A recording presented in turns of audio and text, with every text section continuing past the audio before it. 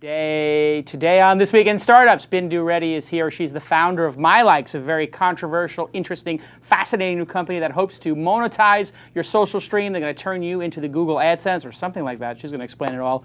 We're going to hack into Mark Suster's Twitter account, and Tyler will drop some new insights. All that and more right now on This Week in Startups.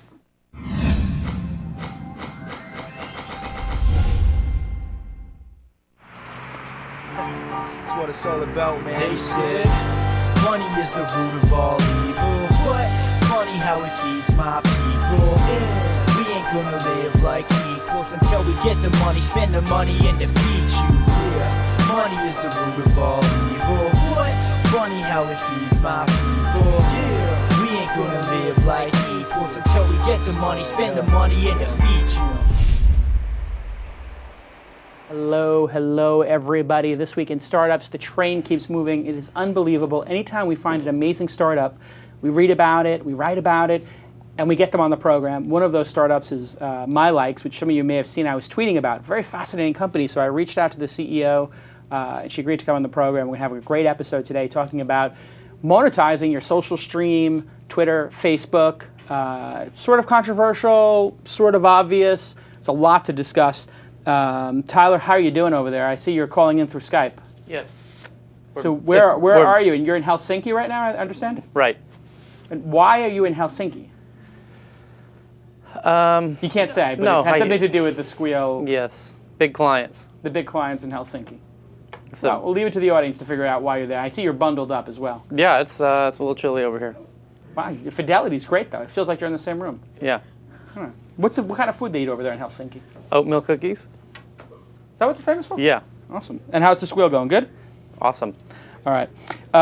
Thank you to Trada. Trada, they are a crowdsourced, pay-per-click marketplace. Everybody knows about SEM. SEM, search engine marketing, that's how you get traffic to your site. You start that old conversion funnel, as we say in the business. Well, they are making advertising easy for startups and entrepreneurs. As you know, when you do SEM, Tyler, even in Helsinki, you got to get an SEM expert. They're extremely expensive. They're very difficult people, these SEM people. Like, they're very sought after. There's like 10 positions open for every one of them. And so what Trada has done is they've aggregated a bunch of these. It's also known as crowdsourcing. I believe in the industry they call it crowdsourcing. They've crowdsourced more than 1,000 of these paid search experts. And they will create all the keywords that you're going to bid on. How simple is that? It's so much easier for you than you trying to figure it out, recreate the wheel. This is all kind of crazy ninja. You know, I don't want to say black hat, but there's a lot of like secrets. It's like sort of gray. There's a lot of stuff going on in SEM that you can't figure out unless you've been doing it for a couple of years. Well, they got those people who've been doing it for years, 1,000 of them, and they're going to write the ad copy, they're going to do the keywords, all that kung fu that you don't know how to do, they're going to do for you. And if you're a paid search expert, hey, why don't you go over there and make some extra cheddar working for Trada? Great company. Neil was on the program. He was also a judge over at the launch conference. Really great entrepreneur who I have a lot of respect for. And he also was great on the show. He also did a really good panel down at South by. Oh, did he? What was his panel about? Crowdsourcing? I think SEM in general. Yeah, probably SEM in general. It's a big deal. I mean, especially if you're going to do like a SaaS company, software as a service, when we had Zendesk on. Zendesk is making X amount per customer, or lynda.com, or the 37 Signals guys. If you look, they're all buying SEM. Why? Because you buy people for 10, 25, 50, 75 cents a word, and you get them into that conversion funnel. They might, 1 out of 100 starts converting. Now you got 1% conversion rate, you're paying $50, you're getting 10 conversions, that's $300 a piece, $3,000. It's called a profit, people. That's what we're looking for in this industry. That's what Trada's going to do. They're going to solve this problem for you. There's only like 3 ways you can build a business in our industry. Number 1, SEO. Yeah. And that's doing really well for me right now. 2, you can take 10 years and be really patient and just wait for your stuff to spread. 3, you can do the viral loop thing, which is like a social network. Hey, you invite your friends. And the 4th way is you get the conversion funnel going where you can buy traffic and make more money that you buy from. You know what you do then? You shove your stack all in with Trada. So go ahead and check out Trada. Thank you to Trada. And hey, if you want one of these beautiful, beautiful This Week in Startups bags. Let's show them the bag, people. There's only about 50 of these left. If you go sign up for Trada and you forward your email, I'm just going to do this for this one show, forward your sign-up email or any basic email, bill, whatever, and you try their service, just email it to contest@thisweekend. And you pay them any amount of money, I'm going to pay you by giving you one of these amazing... Who put that in a shopping cart? I didn't see that picture. Let me see that. That's a ridiculous picture. Who did that, Tyler? No. What is that person getting? They're getting chips. It looks like bologna and... Chips, bologna, and spaghetti sauce. I don't know what they're making, but they have a This Week in Startups bags. Is all that matters. Get the This Week in Startups bag. It's the only way you can get it. You can't buy it, and we'll ship it to you if you go support the sponsor. Bindu Reddy is the founder, and I'm assuming CEO, Yes. of MyLikes. Formerly, I believe she was at the Googleplex. That's right. Google Apps product lead. That's pretty impressive. Worked on products like Blogger. I've heard of it. Google Docs. Check. Google Video. Not so good. Not so great. Not so great. Google Shopping. Medium. But you worked out, 2 out of the 4 are hits, bona fide. And created Google-based, their big database. Interesting, created the quality score, blah, blah, blah, blah, blah. Oh, you worked at Elance as well. That's true. And you got your master's degree from Dartmouth. Actually, Tyler went to Dartmouth. Isn't that correct, Tyler? I went there, yes. You went there for lunch, right? That's And right. had some coffee. I think your Yeah. sister went there, right? Cousin? My cousin, yeah. Your cousin went there. So you actually technically went to Dartmouth. I went to Harvard. I've been to Harvard like 3 or 4 times. Each time they asked me to leave, but... So I found out about MyLikes on the interweb, and I've seen this idea before, because it was similar, but different. There was Adly, which Right. everybody was talking about 2 years ago. And actually, I think, speaking of hacking into Mark Suster's account, it's so funny here in the This Week in studios, This Week in Venture Capital's here, they have a laptop in the room, and Mark Suster forgot to log out. And I'm faced with his Twitter account, so I thought I would give him a little tweet. Here's what I tweeted. You pull out my laptop, guys, gentlemen. And here's my tweet as Mark Suster. OMG, I'm logged in as Mark Suster. What on earth could I do right now besides say my favorite entrepreneur of all time is Jason? Of course that's your favorite entrepreneur, Mark Suster. And I still have the account. No, I logged out. I'm using my account now. Adly was the other one. And Adly approached me, hey, you got 100,000 followers. How much can we pay you to do this? And I didn't want to get into it. I sort of really didn't like this idea of like paying people to post. Then I saw yours, and it was cost per click. And now I think, and there was pay-per-post, which I famously hated. Yes, I hated it too. Yeah. For And the so, record. and I think people really hate this idea of their friends doing advertisements. Why should they change their mind about advertising in their friends' streams? Okay. So hi, first of all. Nice to have you here. Nice to be here, Yeah. and nice to meet you. I've Yeah. always been fascinated by you. Your reputation precedes you. So hey, I'm glad to be here. I can tell you the good stuff all true and the bad stuff All about false, of about course. 60% Spread true, by your actually. enemies. About 60% at this point. That's not bad. That's great that you admit Pretty to good, it. actually, yeah. Oh, well, okay. Let's kind of step back here. And let me tell you a little bit about what MyLikes does Yeah. before I get started on, whether people love it or hate it. Right. Because I think, from what I'm seeing, people actually love it, and I'll tell you why. Yeah. Okay, so we all agree, and you, for one, should are like the master at this. Publishing is going crazy. It's democratic. Everybody can publish something somewhere, Yeah. right? If you have something to say, you can say it. All Yes. you need is some place to say it where you can gather an audience. Right. Twitter is a fantastic place for that. Sure. And it's the simplest place to do it, right? Yep. So is YouTube, for example. Facebook. Facebook, yes, All- but more so Twitter. Yeah. Facebook's more about your friends and communicating with your friends. Twitter is more about getting an audience whom you haven't met before, right? Followers, yeah. Followers, yes. I'd like to call them an audience, followers, subscribers, what have you, Yeah. right? And this was happening 10 years ago in terms of people creating websites, correct? Sure, It was blogs. Blogs, websites. People Sure. were like, let me create a beauty blog, let me create a blog about technology, what have you. And now it's so much more easier and so much Right. more simpler to do so, Right. right? Now, when AdSense came about, what did it do? It basically allowed for an explosion of the web. Right. Like instead of hundreds of people creating websites, there were hundreds of thousands of people creating websites because it allowed them to monetize their website in some way, create good, interesting content, spend time on their website, Right. do something which is useful, right? Right.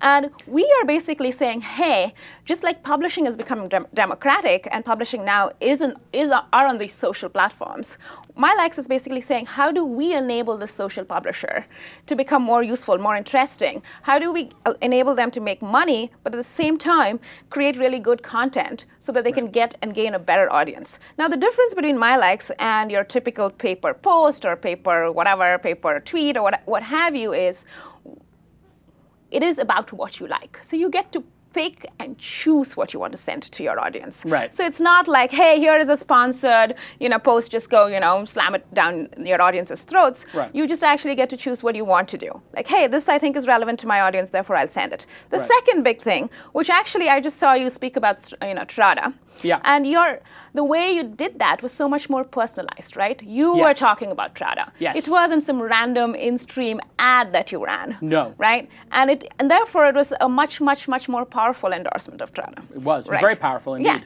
Right. And it was entertaining to your audience. Yes. It wasn't boring. It wasn't like, oh my God, why am I listening to this? It was useful. You thought it was useful. Yep. It was entertaining. It was A little good fun. educational in there. A little educational in there. Yeah. And that's exactly what we want MyLikes to be. We want it to be in your voice. We want you to pick and choose what you want to talk about, and we want you to talk about in your voice. And in the process, you're going to even actually make money, exactly like how you would make money on the show for like plugging Sure. Trada, right?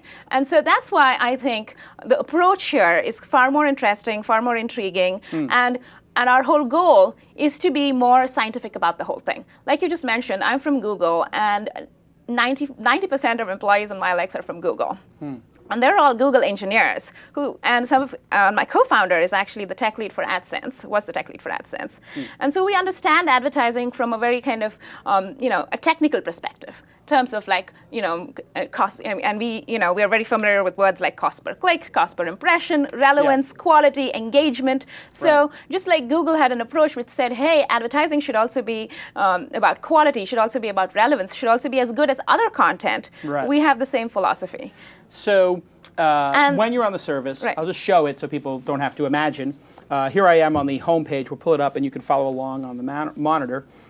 Here I am in my account, and I did two different campaigns. If I zoom in, I did one for Sprout Social, which I think got 178 clicks for 87, because I thought that was an interesting product. And Choban yogurt I saw on there, and I eat Choban yogurt like 2 or 3 times a week. I'm a fan too. And I like that Choban, especially with like the strawberries on the bottom. And all of a sudden, lo and behold, 643 clicks. I made $258. I donated this to charity. And did it as an experiment. I've stopped since because I've got like a mixed view for my audience if they like it or not. But here you can go down and choose between what I would say is a hit or miss list of interesting things. I guess some are more interesting to others. And they're paying a different amount per click, all the way from 4 cents up to 50 cents it looks like. And if you run an event, so I tried running a campaign. Here is how to play guitar. We've produced over 500 videos as part of the sort of new Mahalo, which is a place where you can learn anything. So I just said, hey, how to play guitars. I paused this campaign. But I spent $129 here. And I look at all these statistics over here, interesting. 3.5 million follower reach. Who knows what percentage of them saw it. But almost 1,000 clicks. 1,300 tweets, 2,300 engagements, not sure what that is, and $129. And then when you page down, you can see by day what happened.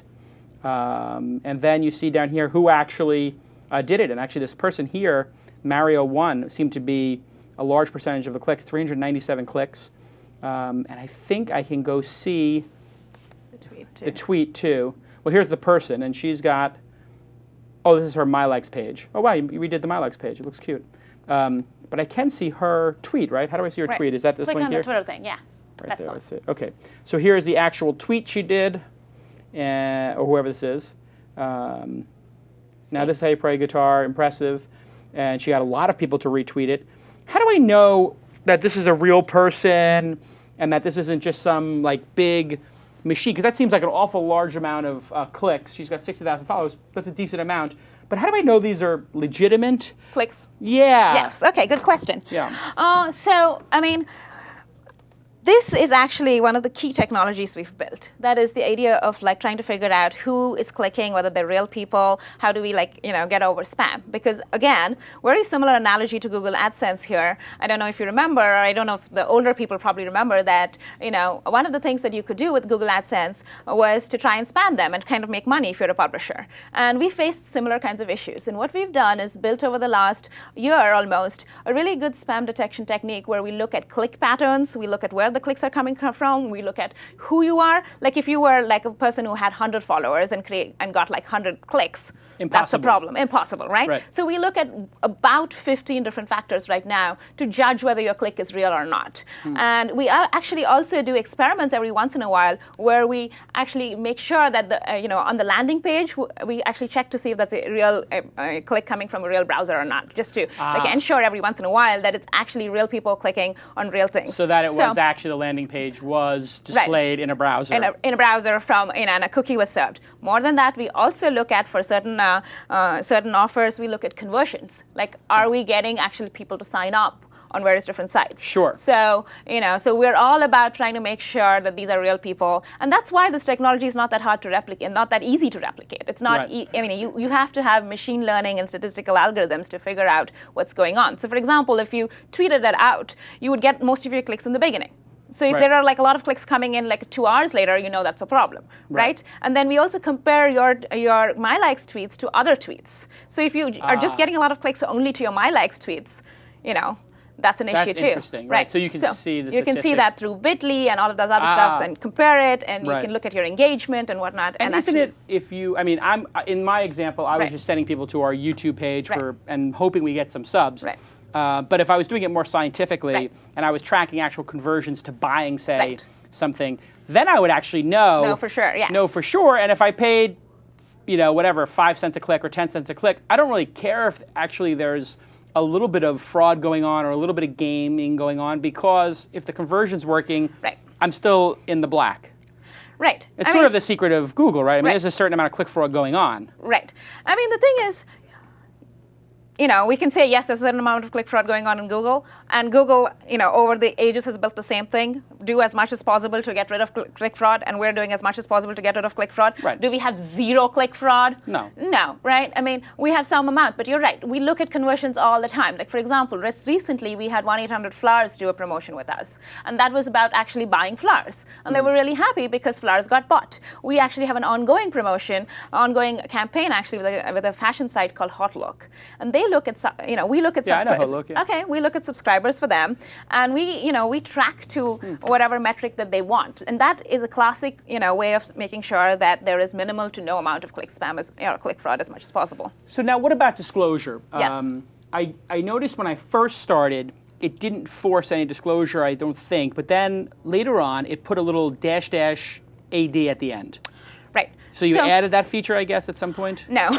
So the way this works is we disclose on every post that goes out, as long as you're getting paid for clicks from it, or we disclose if you're like getting paid for views to a particular page on the page that you go to, right? So we try. I mean, our whole goal is to disclose all the time. And one of the things that we tell our advertisers is, look, if you use our system, you can be rest assured that disclosure will happen through the system, as opposed to going to different bloggers or different people and saying, go ahead and do it. And that was the problem with pay-per-post, because pay-per-post was leaving it up to the blogger. To do it. And then bloggers would put like a little badge that you had to click on halfway down the page that obviously nobody would ever click on. And then somewhere deep in that would be, I sometimes blog about things I'm getting paid to blog about. It's sort of the whole thing breaks down.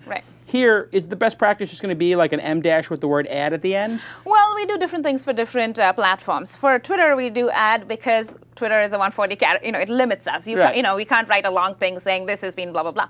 But we do have, the ability to post to your blog if you want, in which case we actually add a huge, big banner next to your post saying, sponsored by MyLikes, here are all the person's likes, and so on. So the disclosure is as transparent as can be. So is that your guarantee we'll always have disclosure? Yes. Yeah. Okay. Now, let's talk about something even more subtler. And you were at Google. Paying for links, big no-no. Yeah. So we don't have...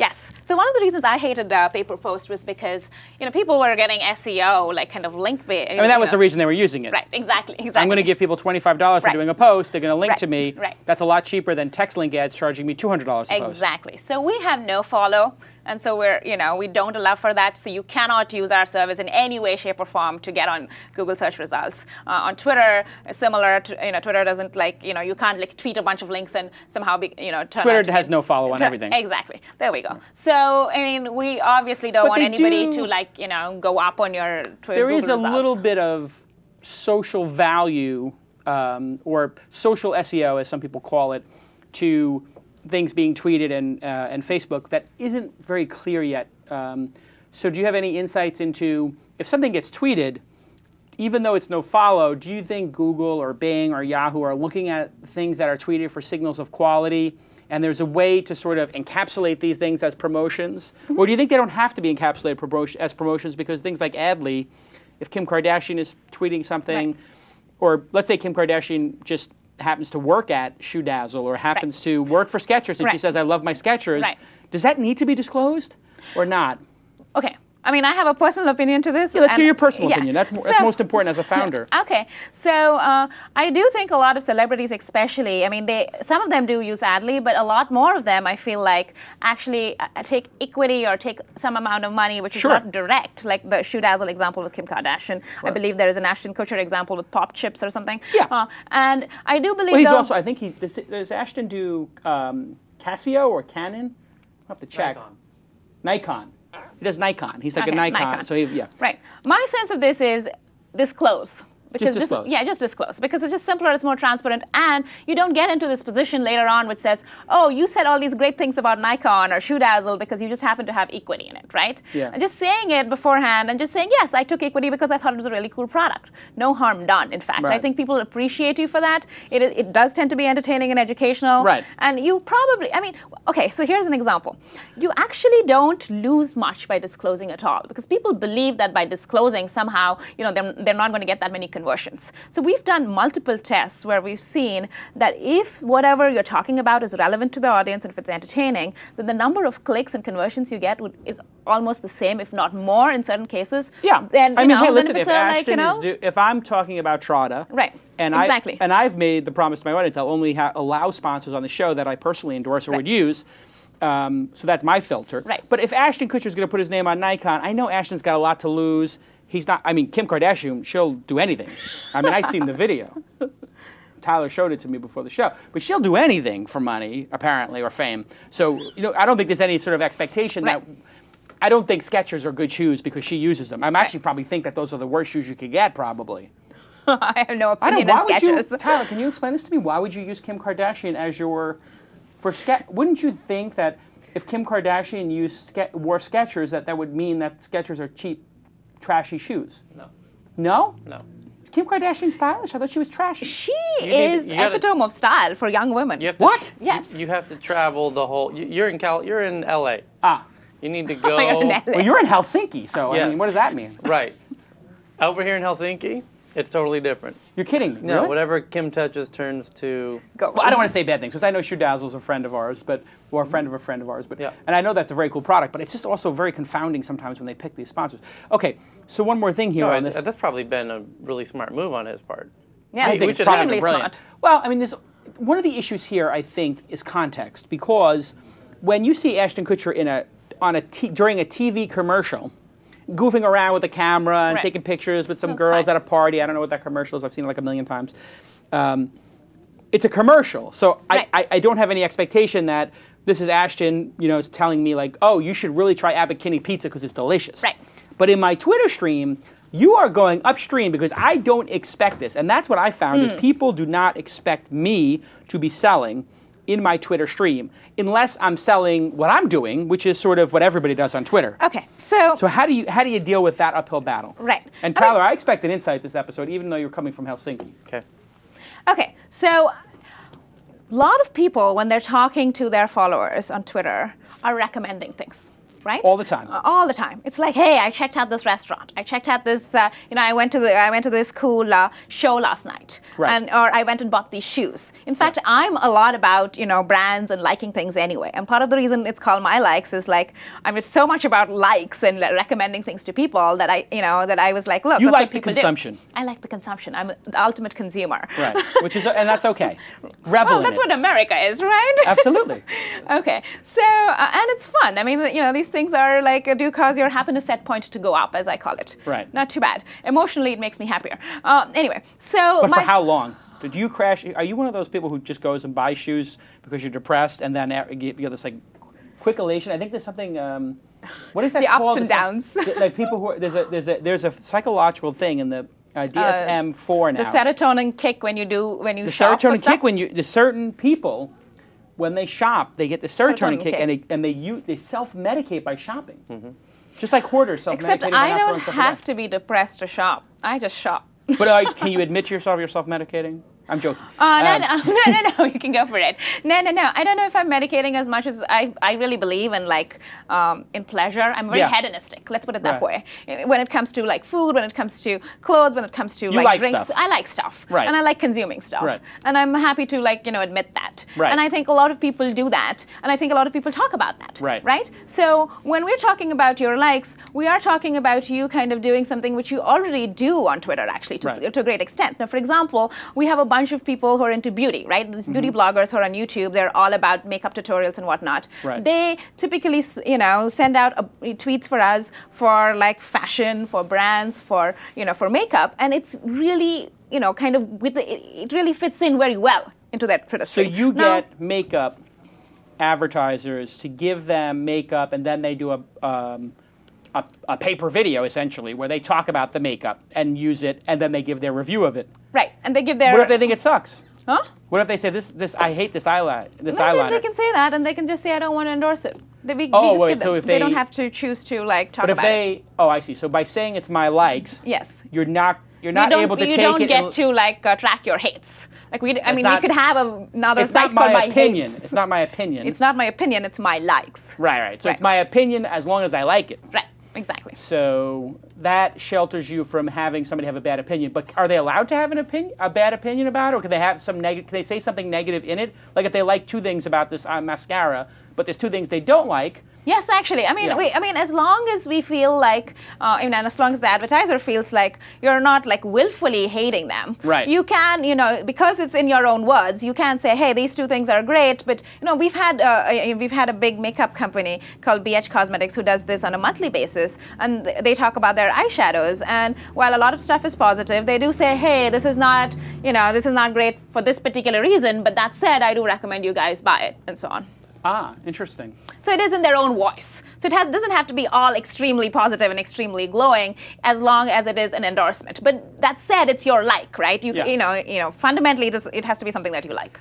I mean, in a way, are you guys democratizing the sponsorship of individuals? Is that the nice way to put it? Like Jason gets to have I'm sponsored by That's Full Tilt, so I get absolutely to have a the right way sponsor of for doing poker. it. Right. Why shouldn't everybody get to have one? Why shouldn't everybody do that? Yeah. If you have a or video Ashton show, gets right, Nikon. Why right, can't why- Tyler get right. Casio? Right. I mean, why? Where's Tyler's check is what we're getting to. Right. Everybody is a celebrity on their own right, kind of Right. thing. As long as they have some kind of publishing platform, they should be able to do it. And that's really what we're saying. And from a brand and an advertising perspective, too, it's much more useful for them, right? As opposed to having a side banner ad somewhere, you're actually getting people to talk about this. And then you've got their audience's 100% attention on it, which I think is far more useful than saying, hey, here is this banner which isn't personal, which doesn't say anything, which isn't useful. In fact, my argument goes a long way and says, this is the best form of advertising there is. I mean, advertising is a bad word, typically, right? Yeah. People are like, I don't want to see these TV ads. I don't want these ads on this page. But how do you make advertising from a bad word to a good word? Advertising is great if it's useful and relevant, right? If you discover something new. And sometimes it's well produced. I mean, I do like the Apple ads because they tend to be beautiful for a Right. beautiful product. Because it's entertaining in some ways. Yeah,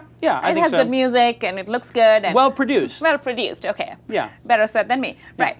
So my point is, look, this is something where the person is choosing it, and because they are taking that kind of guarantee and saying, I'm going to put this to my audience, this will tend to be better quality. This will tend to get you more people who are more focused and engaged with that particular MyLike. So I think with disclosure, Tyler, I'm almost okay with this. I do think that you're going to lose followers in general.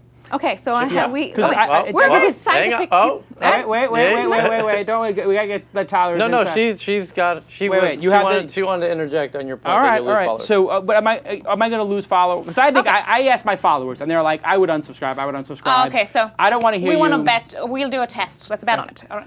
Because we're a bunch of scientific people, like I said, right? So what did we do? We decided to actually track the followers of all our publishers. Right. And we track it on a weekly basis right now. Yeah. And guess what? Over the last 3 months, all our followers, I can't tell you every single person, but on average, aggregate, yeah. on aggregate, everybody has raised their followings by 15%. Well, everybody raises their thing. That's based on the number of spam accounts created in Twitter per day. No. I think it's about 2% of the base grows, and everybody gets those followers. Actually, okay, here, I have my own account of an actor. You're not claiming that by putting advertising you get more followers. I actually am. Here, I'll tell you why. No, that's ridiculous. Okay, you want to bet? Okay, well, explain your ridiculousness first. Okay, so here's how it works. I have a Twitter account, and I use it a lot for testing, right, including testing MyLikes. And all December and January, I basically did very few tweets and did mostly MyLikes. Primarily because I was testing, not because I wanted to just send MyLikes and nothing else. Now, off late, I've actually become active on Twitter. I spend more time, and I've done a lot more normal tweets and a few MyLikes. I've got more followers from Jan, December than I got now. Now, the reasoning why, which is really interesting, is because a lot of MyLikes tend to be about products or some common stuff which other people are searching for or looking for on Twitter. And one of the ways you get followers, right? Like if you say people something, searching for something, right, you say something intelligent. Right, you say something intelligent, people follow you, right? And if you actually send MyLikes which are not sponsored, which you also can do, we also have a hashtag. So we'll say hash fashion or hash handbags. So other people who are following hash handbags can come and follow you. So in many ways, because it's topic focused, you actually get followers who are in that topic, as opposed to saying, hey, I got up this morning and brushed my teeth. What's the proper ratio of sponsored tweets to regular tweets? How often should somebody do this per day, week, month? In your Actually, mind? I think it depends on the velocity of your Twitter stream. In the beginning, we were like, you're an average user. Yeah. Right. And an average user probably does 5 tweets a day, so I would say once a day. But if you did 100 tweets a day, as there are some tweeters who do that. Once a day, 20% of your tweets would be sponsored? As long as you find good ones, go for it. If you don't find good ones, here's my other thing too. Don't tweet or don't send out a MyLike if you don't like what you're seeing in your list. Now, when you first showed MyLikes and said, "Hey, some of these offers, I don't know about them," right? They feel like, I'll be honest, the Chopin one was great, but these other ones feel like they're the more, I don't want to say spammy, but a little bit too towards the punch the monkey kind of ads, the lower end of ads. Okay, so is that a marketplace issue? Just because you're starting out, it's harder to get them? Right. There are two things. That's true. One is we have some really good quality advertisers, and then we have our self-serve from which we get advertisers who sign up. Now, that's something where we try to regulate the quality as much as possible, but as everybody knows on the internet, self-serve advertisers in general tend to be dodgy quality, right? Yeah. And we don't want to, as long as they're legitimate and as long as they have something which makes sense, we don't want to just throw them all out. What we do, taking the AdSense approach. Right, we're taking the AdSense approach, which is how do we improve the quality of the advertiser, but at the same time, if somebody complains, we'll get rid of it. Right. And sometimes if it's if we know obviously it's scammy, then we'll get rid of it. Yeah. And then there's the other thing that we're seeing, which which to some extent you're like, hey, what is this about? Is that stuff like Justin Bieber or Selena Gomez, right? Or the ultimate kissing quiz, as you see, right, there are really, really popular with both the Twitter publishers and the Twitter followers. Right. So they want to do the Justin Bieber quiz. They want to do the Justin Bieber quiz. They want to do the Charlie Sheen quiz. And to me, that's okay, that sounds a little spammy to me because I'm more of a tech geeky person, right? Right. So it's almost like in some cases, one person's kind of dodgy quality is the other person's fantastic quality. This dovetails a little bit, Tyler, with what Gary Vee was saying the other day, that advertising in the future, advertising is going to go away, and people are just going to say, if it costs me $200 to reach you as a consumer for your sneakers, why don't we just send you one free pair of sneakers, and then we'll save $100, and then you become an advocate or something like that. Right. That's the example of sending you samples and saying, do you like it or not, right? Yeah. As opposed to trying to market you to buy it. It's we'll give it to you for free. Right. And, to some extent, Zappos had that culture, at least, where they just said, okay, take the shoes. If you don't want it, just give it back. Free shipping, free everything, and look how big they are now. Right. Interesting. So is there going to come a time when, every brand will pay for a click that you send to their website? I mean, because it seems like if you made it so you paid 1 cent every time somebody got sent to the Nike website or to the This Week In website, you could put it at some bargain basement price that any time traffic was sent there, somebody got paid a little bit. It would seem like even just a sort of passive income. I don't know. There's something there. I don't know exactly what it is. I think what you're saying is if we had every brand and every product in our system, Right. and you could then choose anything you wanted, Right. you won't feel guilty at all because Yeah. that's what you would have, sent Picked anyway. right. And yes, that is the ultimate goal for MyLikes. Like in fact, if you click to the MyLikes tab, you'll see this thing which says like anything. And the idea there is saying, look, I am going to endorse this because I like this anyway. But because I'm endorsing it, maybe you should pay me something, right? I mean, why should I not get paid for it? Because, in the end of the day, you're paying those, paying Google or paying those other So right websites. now, you can pay for a blog post, a tweet, a Facebook, and a YouTube. You can't pay for Facebook. You can't pay for Facebook? No. Is that because of Facebook's terms of service? Yes. Really? Yes. Now, let's say, okay, so no Facebook, but didn't it start with Facebook? You had Facebook? Did they complain? We can still do Facebook, but we don't pay you for it. Ah, we want you to do it of that your was independent confusing. free will. Really? Yes. And so, wow. And that's so, one more signal we see. How many times do you do that of your independent free will? That means that's really your like, yeah, right? it wasn't clear to me that I wasn't going to get paid for those. Okay, so you what weren't if I paid for it. if I cut and paste the tweet over, I syndicate my tweets, it would be the same tracking URL. So then actually I would get paid. If you syndicate your tweet over, Yeah. we actually look at your referrers. So we make might know, sure, yeah. we might know. Yeah. So how long before Twitter, DeCostello, very aggressive, I actually talked to him in person and asked him about what he thought of Adley, and he said it wasn't that big of a deal for him because celebrities were doing that anyway. Yes, they are. But if this is going to become the model of advertising and not in-stream advertising that he sort of perceives and that he's desperately trying to ramp up, right. and he's trying to kill the other Twitter clients out there, and it's being sort of heavy-handed, and the API changes, and the dick bar, and all this stuff. Do you have a fear that he's going to do what Zuckerberg has done and say, no advertising in your stream? Okay, so here's what I think about. Here's how I think about this.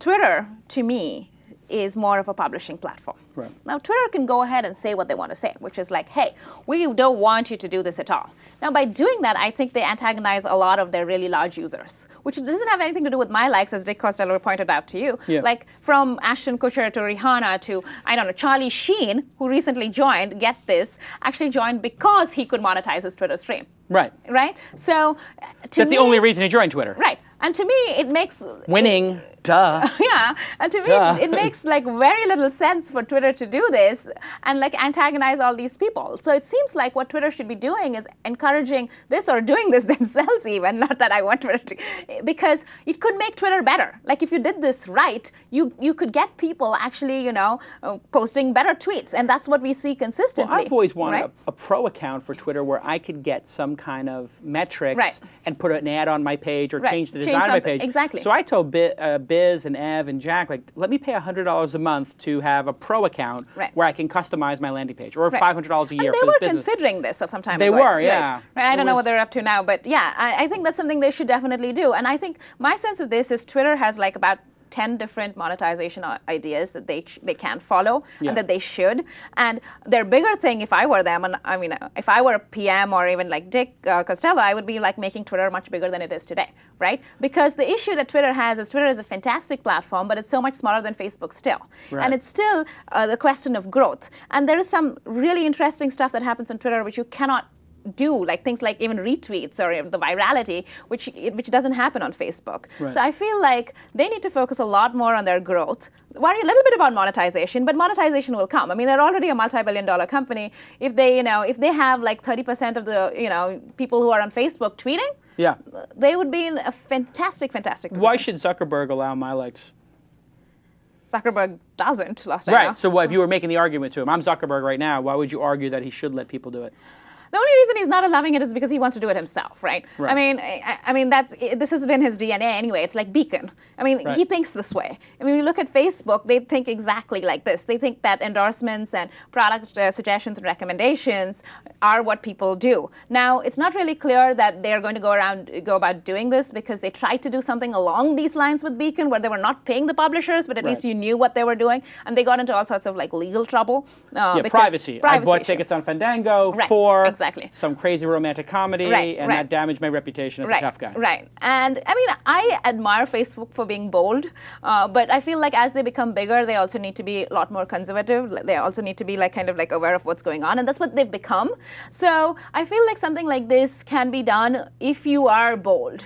And you can do it better as a startup because it takes time to learn from the data. It's not that easy to do it right. Like, as you mentioned, there's spam, there's disclosure, there's how you pick stuff out, how do you make sure that it's not too much and not too little. So there's a lot of like kind of ins and outs of the system, which I feel like a startup is well positioned to do as opposed to somebody like Facebook or Twitter. In a way, they've created their own monetization system for liking something. Right. If you want to get more likes for your Chopin yogurt page, you buy ads, and it will wind up costing you 50 cents or $1 a fan. Right. If you just net it out in terms exactly. of I mean, buying that's what people you do, right? Yeah. On Facebook, you can buy likes by using the Facebook ad platform. So in a way, they're doing something like this. And now they have this thing called sponsored stories, where you can see what your friends have liked, and advertisers can pay for that too. So it's. But then I get pulled into that, even if I liked the story, I get pulled into it. Not if I like the page.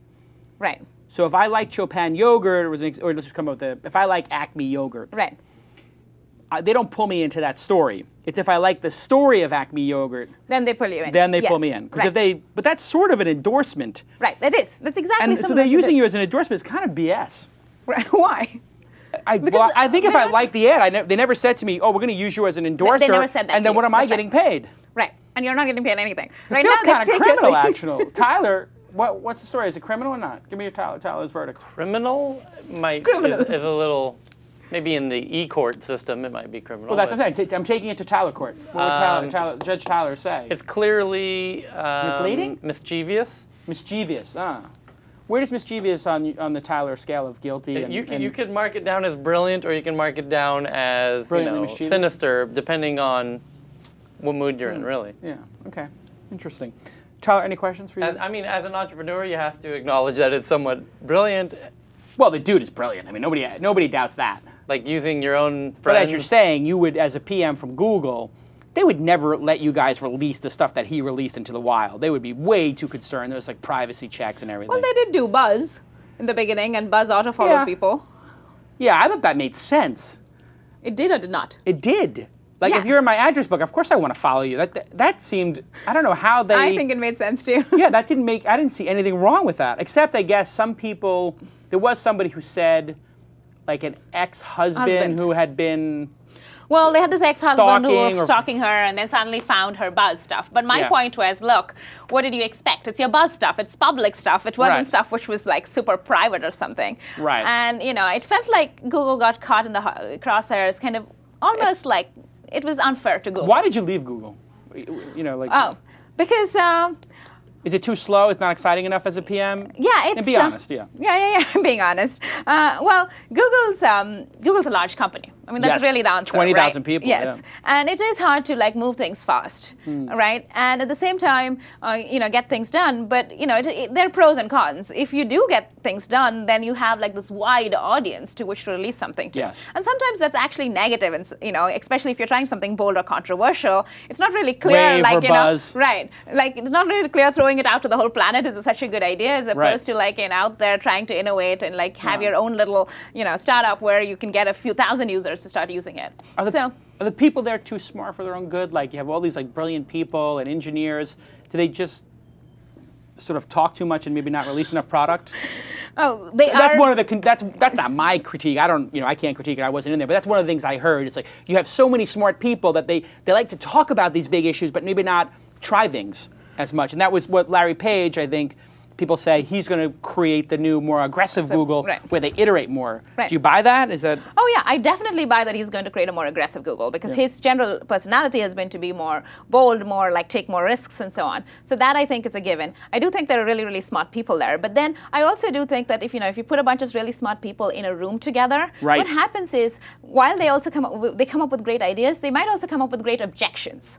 right? Ah, yes, the objections are too great. Right. Sometimes the objections can kind of pull you down. Sometimes it might help you, but that's, it's a classic case of having too many smart people. Sometimes This idea could never work inside of Google because people would just object too much. The objections I talked about today would be overwhelming, and intelligent people would be able to easily cut it down, shoot you down. Yeah. That being said, this is actually a little bit more googly in terms, because Google is not great in terms of like social stuff, as everybody knows. Right. But Google is great in terms of advertising. Again, it is the greatest advertising platform ever built, right? Yeah, exactly. Clearly. So, when you talk to Googlers, all of our investors are ex-Googlers. All of our, everybody we are working with is from Google. They all love the idea because it really, some of the issues we've had at advertising, it kind of tries to solve. So this particular one, I think, might work, but there could be others which could get shot down because they were really smart people. I really appreciate you coming on the program thank and you. passionately and clearly explaining your vision. I do think that you have something there, and I think you understand that disclosure is the key piece. I have been negative on pay-per-post because of the non-disclosure issues. When there is disclosure, I actually don't have so much of a problem with it. Right. And I'm fascinated by the product. I don't know that I'm going to be tweeting that often. Can I set my own price for the value of my things? Like, that's the thing I don't understand. Like, isn't a click from Jason Calacanis worth more than a click from somebody else, or a click from Ashton Kutcher is worth more than from Jason Calacanis? Right, it is. Like, if I get 30 cents from Chopin Yogurt, shouldn't Ashton get $1? Actually, yes, and that's kind of actually. Well, that's the wrong answer. I wanted you to say no. I was hoping that I was important as Ashton Kutcher, but okay, fine. Right, and that's kind of what happens actually. Right. And what you're seeing right now is that we don't have that many advertisers to kind of completely cut out the people that that don't pay your price. So what we do is we actually give you a price based on your engagement score. So I'm seeing a different price than other people? Yes. So I don't get paid the same amount as you do for the Chobani yogurt. You got paid much more. Really? Yeah, because your click is worth I feel much bad. more. I'm liking this idea more. Tyler, any insights as we wrap up here? It feels like a elephant in an earthquake. Insights from Tyler. It feels like an elephant in an earthquake. Yeah. Thank you for joining us. This has been another incredible episode of... Wait a second. Okay, I'm going to get this. It's an elephant in an earthquake. So elephants are large. Yes. Earthquakes shake the ground. Yes. An elephant moving around during an earthquake is not going to be so graceful. It may stomp on stuff. Somebody might get hurt. It could flip over. Not at all. Okay, go ahead. Explain. You want to take a shot at what he means? You have no idea. I have no idea. You don't even know what an insight from Tyler is. Right. Right. So, and maybe it's because elephants are so big and kind of clumsy in that way. Like, they've developed a sense, and they can feel miles into the ground. And prior to earthquakes, elephants are known, like before the tsunami in Sri Lanka, Thailand, on the coast there. Go to high ground. They flee to high ground 10 minutes before earthquakes. Wow. This has been seen over and over again. So it has this feeling of like the ground's shaking in terms of the advertising models, just as Gary was saying. Yes. And it's a question whether we like it or not, it's going to change. Correct. And that's Gary's brilliance, really. It's like he recognizes the inevitables. Yes. And he's like... And he just gets behind it. And he finds the human nature side of it, and here's how human nature is going to play against this inevitable. And he just goes all in. Force. And he goes all in. Right. There's absolutely no doubt this is going to happen. Right. Right. And so Smart move. Yeah. But the devil's in the details in terms of how that's going to play out. And she's got some brilliant, applying some very brilliant insights into how that's going to play out.